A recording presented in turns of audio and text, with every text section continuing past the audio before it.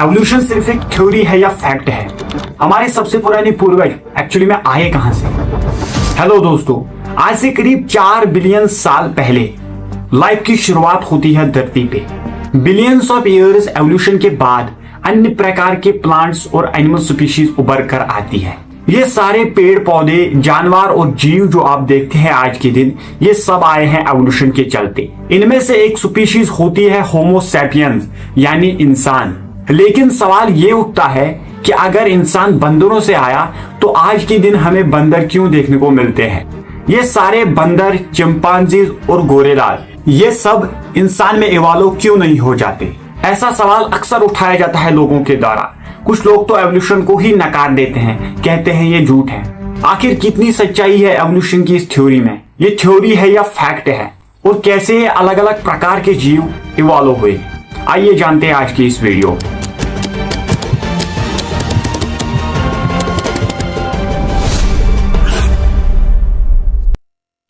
शुरुआत से ही दोस्तों सबसे बड़ी मिसकंसेप्शन को दूर कर देते हैं। एवोल्यूशन की थ्योरी कभी ये नहीं कहती कि बंदर इंसान बन गए, बल्कि ये कहा जाता है कि सारे चिंपांजीज, गोरिल्लास और बंदरों और इंसानों के पूर्वज एक ही रहे हैं और वो पूर्वज आज के दिन जिंदा नहीं है। एवोल्यूशन को अगर आप विजुअलाइज करना चाहते हो तो एक पेड़ इमेजिन करो। एक पेड़ की शुरुआत होती है सिर्फ एक स्टम्प से, फिर ऊपर जाकर टहनियां बनती है, फिर उन टहनियों से और छोटे छोटी टहनियां बनती है। ऐसे ही अगर आप आगे चलते रहे, जो टिप देखेंगे आप इस पेड़ का एंड पॉइंट जो है वो आज के दिन सारे जिंदा जीव है। लेकिन एक सवाल तो आपके दिमाग में अभी भी आएगी कि जो हमारे पूर्वज थे उनमें से कुछ इंसान बने, कुछ चिंपांजीज बने और कुछ बंदर बने। ऐसा क्यों हुआ? इसका वजह वीडियो के आगे आपको समझ में आएगा।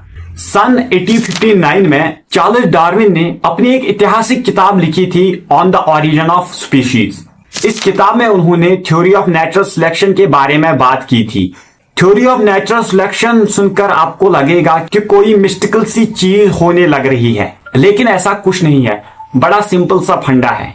जब भी रिप्रोडक्शन होती है इंसानों में, जानवरों में और पेड़ पौधों में, तो जीन जो है वो एक से दूसरे जीन में जाता है और हमारे जीन बच्चों में पास ऑन होते हैं। और जब भी ये होता है तो जीन्स में म्यूटेशन देखने को मिलती है। थोड़े बहुत बदलाव आ जाते हैं जीन्स में और कुछ वेरिएशंस देखने को मिलते हैं। जैसे कि फॉर एग्जांपल आपकी ब्राउन आंखें हैं और आपके बच्चों में ग्रीन आंखें देखने को मिलती हैं।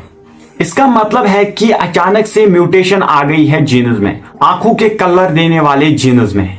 हो सकता है कि आगे आने वाले बच्चों में भी ग्रीन आंखें देखने को मिलेगी। अक्सर ये जो वेरिएशन होते हैं इनमें से कुछ फायदेमंद होती हैं और कुछ नुकसानदायक होती हैं। इसी प्रोसेस को कहा जाता है नेचुरल सिलेक्शन।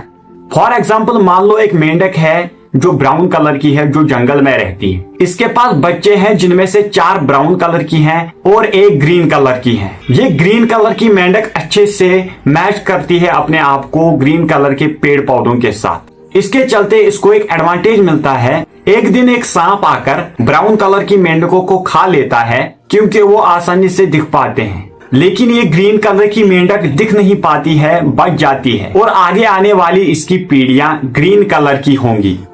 कुछ इसी तरीके से मोटे मोटे तौर पर नेचुरल सिलेक्शन काम करता है। यहाँ पर एक टर्म यूज किया जाता है, सर्वाइवल ऑफ फिटेस्ट। कई मोटिवेशनल स्पीकर इस टर्म का मिसयूज करते हैं ये कहकर कि जो फिजिकली फिट लोग हैं वही सर्वाइव कर पाएंगे। लोग इमेजिन करते हैं कि जिनके बड़े बड़े बाइसेप्स होंगे, ट्राइसेप्स होंगे और सिक्स पैक्स होंगे, उन्हीं लोगों का यहाँ पर सर्वाइवल देखने को मिलेगा। लेकिन ये कहना एक्चुअली में गलत होगा। चार्ल्स डार्विन के अकॉर्डिंग फिट का मतलब है कि जो अपने आसपास के एनवायरनमेंट में फिट बैठ पाए। अब आपने बेसिक समझ लिया, अब समझ लेते हैं कि एवोल्यूशन एक्चुअली में हुआ कैसे।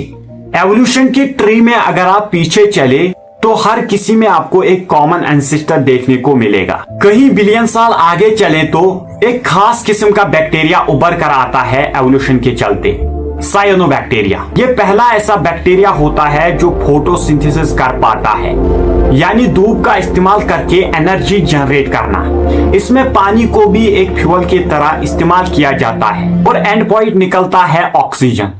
जो सभी स्पीशीज आज के दिन एग्जिस्ट करते हैं ये सब एक इक्विलिब्रियम में एग्जिस्ट करते हैं। एक ऐसा इक्विलिब्रियम जहां पर हर कोई फिट बैठता है। अगर आपको ये वीडियो पसंद आया है तो चैनल को सब्सक्राइब करके वीडियो को लाइक कर